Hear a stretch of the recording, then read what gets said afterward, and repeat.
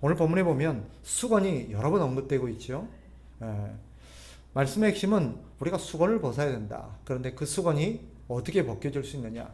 그리스도에게로 갈 때, 그리스도 안에서 이 수건이 벗어질 수 있다라고 말합니다.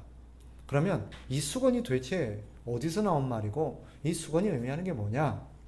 이것은 사건을 쭉 거슬러 올라가면 본문에도 언급한 거 있는 것처럼 출애굽 때 모세에게서부터 비롯되는 거죠. 그죠? 우리가 아는 사건이 있습니다. 모세가 하나님의 부름을 받아 시내산에 올라가서 하나님과 40일 동안 함께하면서 하나님으로부터 율법을 수여받습니다. 그리고 모세가 내려올 때 하나님을 만나고 온 모세의 얼굴에서 광채가 납니다. 그래서 모세가 수건을 덮어쓰게 됐죠. 이유가 뭐예요? 거기에서는 분명하게 설명해 있지 않지만 오늘 본문에 그 이유가 나옵니다. 모세가 수건을 왜 썼대요? 자기 얼굴을 주목하지 말라고. 백성들이 지금 주목하고 백성들이 관심을 둬야 될 것은 지금 자기 얼굴이 아니라는 거죠. 지금 모세 얼굴에서 광채가 나고 하니까 사람들이 이 모세 얼굴에만 전부 다 집중을 합니다. 그죠? 근데 그래서 모세가 어떻게 했대요? 얼굴에 수건을 썼대요. 왜? 자기 얼굴 보지 말라고. 이스라엘 백성들이 지금 관심을 두고 이스라엘 백성들이 주목할 것은 이 자기 얼굴이 아니라 하나님이라는 거예요. 또 하나님으로 받던 말씀이라는 거예요. 그런데 이스라엘 백성들이 어떻게 했다는 거예요? 모세 얼굴만 주목하면서 없어질 영광인 모세 얼굴에만 관심이 있더라는 것입니다. 그런데 바울이 지금 이 얘기를 왜 하고 있는 거예요? 이 얘기를 지금 누구에게 하고 있는 거예요?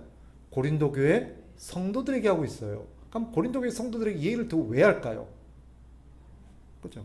15절에 보니까 뭐라고 말해요? 오늘까지 모세의 글을 읽을 때 수건이 그 마음에 덮었도다. 지금 그로부터 수천 년이 지난 지금 고린도 교회 성도들 안에 있는 유대인들, 그 유대교회 성도들이 여전히 그 수건을 벗지 못하고 수건에 덮인 채로 지금 말씀을 읽고 대하고 있더라는 것입니다. 그러니까 뭐예요? 결과적으로 그들이 알고 주목해야 될 본질은 보지 못한 채 겉에 것만, 형식에만 지금 붙들려 있더라는 것입니다. 모세가 자기 얼굴에 수건을 쓴 것은 내 얼굴을 주목하지 말라는 거. 왜? 이것은 없어질 영광이요? 이것은 그저 하나님을 보여주고 하나님을 전하는 하나의 도구에 불과한 영광이에요. 이건 없어질 거예요. 백성들이 주목할 것은 모세의 영광의 얼굴이 아니라 없어질 영광이 아니라 또 모세가 보여주려고 했던 하나님의 영광이죠. 그죠? 그럼 물어봅시다. 모세 얼굴에서 왜 영광이 이 광채가 나타났을까요? 하나님을 만나고 오니까. 하나님을 만나고 오니까 모세가 얼굴이 하나님을 반사하고 있는 거예요. 하나님의 영광을 반사하고 있는 거예요. 우리 역시 그래요. 우리도 뒤에 나오겠습니다만은 18절에 우리가 뒤에 보겠습니다만은 우리도 예수 그리스도의 영광을 반사하는 존재들이 되어야 된다는 것이 오늘 본문의 결론입니다. 그런데 지금 고린도 교회 성도들이 어떻게 하고 있는 거예요? 그 구약을 읽을 때에 그 구약이 말하고자 하는 구약은 하나의 뭐예요? 수건에 불과한 거예요. 구약 성경은 수건에 불과하다는 거예요. 무엇을 보여주는? 하나님의 영광인 예수 그리스도를 우리에게 보여주는 하나의 수건에 불과한데 이 구약 성경을 읽을 때 그 구약 성경이 가르치고 구약 성경이 나타내고자 하는 영광의 본체이신 예수 그리스도는 보지 못한 채 구약에 예수 그리스도를 가리키고 있던 여러 가지 주변의 어떤 도구들, 표지들, 그림자들만 주목하고 있는 거예요. 그게 뭐예요? 율법이에요. 율법. 뭐라고 말합니까? 갈라디아서에 보면 거기도 나와 있지만 율법은 뭐래요? 우리를 그리스도께로 인도하는 초등교사라는 거예요. 하나님이 율법을 주신 것은 이 율법을 통해서 결국은 누구를 만나게 하려고? 예수 그리스도를 만나게 하려고. 우리가 왜 예수님이 필요하고 왜 우리에게 예수님이 있어야 되는지, 우리가 왜 예수님을 믿어야 되는지를 가르쳐주기 위해서 이 율법을 줬어요. 그러니까 율법의 목적은 결국 이 사람들을 인도해서 누구에게 데리고 가는 거예요? 예수 그리스도께 데리고 가는 거예요. 그러니까 사람들은 율법을 통해서 누구를 결국 만나야 돼요? 예수님을 만나야 돼요. 이 율법이 지금 누구를 말하고 있는 거예요? 예수님을 말하고 있는 거예요. 그런데 이들은 그 율법에서 누구를 보지 못하고 있는 거예요? 예수님을 보지 못하고 있는 거예요. 왜? 수건이 그들을 가리고 있어서. 수건과 똑같은 의미로 사용된 어휘가 하나 있습니다.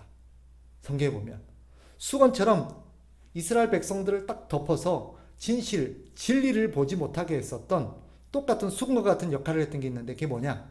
사도행전에 보면 비늘이에요. 비늘. 사도 바울이 우리가 아는 바울로서 그리스도의 제자가 되기 전에 그죠? 사울이라는 이름으로 활동하면서 어떻게 했습니까? 그리스도인들을 잡아 죽이는 일을 했어요.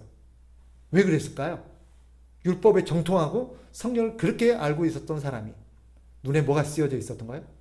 비늘이 쓰여져 있었던 거예요. 그런데 그가 그 비늘이 언제 벗겨져요? 예수님을 만나고 다메섹 도상에서 예수님을 만나고 나서야 눈에서 뭐가 벗겨져요? 비늘이 벗겨지니까 그때서야 자기가 그토록 평생을 읽어왔었던 이 성경이 예수님을 가리키는 거였구나. 지금 예수님을 얘기하는 거였구나. 라는 걸 비로소 깨닫게 되는 것입니다. 그동안 왜 그 성경을 숱하게 읽으면서도 그걸 못 봤던 거예요? 눈에 비늘이 쓰여져 있었거든. 네, 똑같은 비늘과 같은 수건이 지금 고린도 교회 성도들의 눈을 덮고 있는 거예요. 그런데 이 수건이 어떻게 해야 벗겨지느냐? 16절 언제든지 주께로 돌아가면 그 수건이 벗겨지리라. 또 14절 말미에 그 수건은 그리스도 안에서 없어질 것이라. 같은 표현이에요. 그 수건은 그리스도 안에서 없어질 것이다. 16절 언제든지 주께로 돌아가면 그 수건이 벗겨지다. 결국 어떻게 해야 수건이 벗겨집니까? 예수님을 만나고 우리가 예수님을 제대로 믿어야 이것이 벗겨지는 거예요. 예수님을 만나기 전까지는, 예수님을 알기 전까지는 수건을 벗을 수가 없는 거예요. 그런데 그 수건은 누가 벗는 겁니까? 내가 벗는 게 아니라 성령이 벗겨주시는 겁니다. 17절 주는 영이시니 주의 영이 계신 곳에는 자유가 있느니라. 이게 무슨 말이냐? 주의 영이 우리의 수건을 벗겨주심으로써 비로소 우리는 자유를 누리게 된다는 것입니다. 그러면 수건은 결국 어떤 역할을 하고 있는 거예요? 우리를 얽어매고 옥죄이고 있는 거예요. 자유를 못 누리게 하는 거예요. 왜? 수건이 뭐라 그랬어요? 율법이라고 그랬죠. 율법은 계속해서 이것을 지키게 하고 따르게 하고 안 지키면 벌을 받게 하고 그렇게 하는 역할을 하는 거예요. 그러니까 이 수건을 벗기 전까지는 계속 율법을 안 지키면 안 될 것 같고 율법을 지켜야만 구원을 받을 것 같고 율법을 통해서만 내가 뭔가 이 문제가 해결될 것 같고 그런 생각이 있으니까 뭐예요? 자유가 없어요. 율법에 매여 살아요. 그런데 이 율법의 수건을 누구만이 벗겨줄 수 있어요? 주의 영만이, 성령만이 이것을 벗겨줄 수 있다라고 오늘 말합니다. 그러면 마지막으로 오늘 주의 영이 하나님께서 우리에게 있는 덮여진 이 수건을 벗겨줌으로써 우리에게 궁극적으로 이루고자 하는 하나님의 뜻이 무엇입니까? 그게 18절입니다. 18절 같이 한번 읽어볼까요? 시작. 우리가 다 수건을 벗은 얼굴로 거울을 보는 것 같이 주의 영광을 보매 그와 같은 형상으로 변화하여 영광에서 영광에 이르니 곧 주의 영으로 말미암음이니라. 아멘. 이게 뭐냐? 수건을 벗어야 비로소 우리는 누구를 온전히 볼 수 있어요? 예수님을 온전히 볼 수 있어요. 예수님을 보되 무엇을 보는 것처럼 거울로 우리 모습을 보듯이 예수님을 보는 거예요. 우리가 예수님을 보고 예수님을 알게 되고 예수님을 계속해서 바라보면서 예수님을 알아갈 때 어떻게 되나요? 예수님을 닮아가요. 계속 예수님께 주목하고 예수님을 계속해서 바라보고 예수님을 계속해서 살피고 예수님을 우리가 배우다 보니까 우리가 예수님을 닮아가요.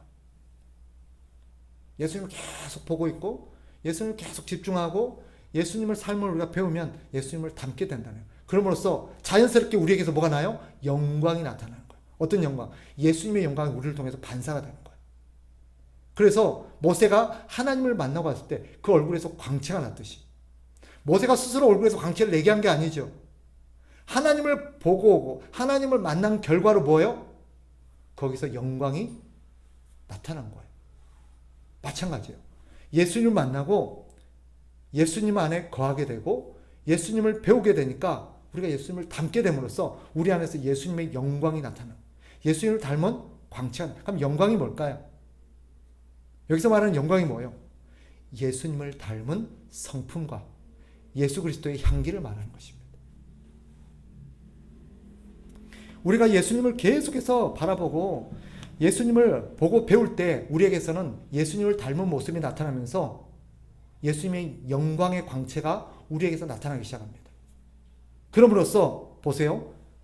그와 같은 형상으로 변화하여 라고 되어 있죠. 그죠? 점점 우리가 예수님을 보고 있으면 시간이 갈수록 어떻게 돼요? 예수님을 점점 닮아가고 예수님처럼 바뀌어가요. 그러니까 우리에게서 영광이 나타나기 시작하는데 영광에서 영광으로. 무슨 말입니까? 우리가 이것을 성화라 그러죠. 그리고 그 정점에 영광스럽게 되는 영화가 있습니다. 그걸 말하고 있는 거예요. 따라서 오늘 본문이 우리에게 말하는 건 뭐냐? 율법에 매여서 율법이 가르치는 진정한 그런 어떤 메시지의 대상이신 영광의 본체이신 예수님이 우리가 바라봐야 될 궁극적인 우리의 대상이라는 거예요. 우리는 성경을 읽으면서 성경의 어떤 구절 안에 매여 있는 게 아니라 성경이 가르치는 본체이신 영광의 본체이신 예수님을 주목해야 된다는 거예요. 이 모든 것은 누구를 가리키고 있어요? 예수님을 가리키고 있어요. 우리는 성경을 통해서 예수님을 볼 수 있어야 합니다. 이 모든 것은 지금 예수님이 어떤 분인가, 예수님이 우리를 위해서 하신 일이 무엇인가 우리에게 보여줌으로써 우리가 예수님을 배우고 닮게 한다는 거예요. 그런데 예수님과 상관없는 그런 어떤 율법과 형식에 매여서 산다면 그것은 성경이 지향하는 하나님께서 우리에게 원하시는 그런 삶을 살 수 없게 됩니다. 그러다 보면 우리는 노예처럼 계속해서 율법에 매여 살아갈 뿐이지 우리에게서 예수님의 영광의 광채가 나타나지 않는다는 거예요. 성경이 우리에게 기대하는 것은 무엇입니까? 우리는 예수님을 배우고 예수님을 닮아감으로써 우리 안에서 예수 그리스도와 같은 영광의 광채가 나타나는 것이 하나님의 궁극적인 뜻이라는 것을 우리에게 보여줍니다. 따라서 우리가 생각해야 될 것, 오늘 이것이 우리에게 주는 교훈이 무엇입니까? 혹시 오늘날 우리에게도 이런 수건과 같은 것들이 있지 않는가라는 것입니다.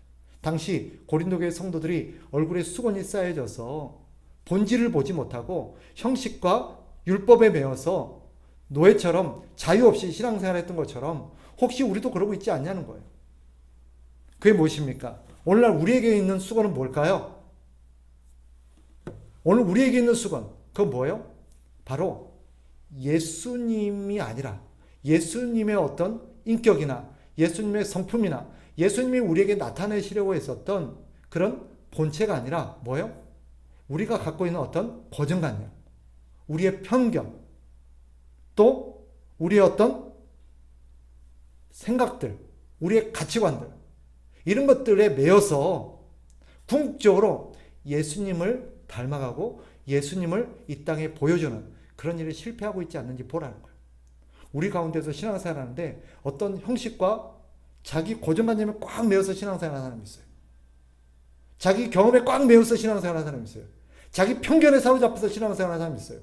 마치 고린도교의 성도들이 그랬던 것처럼.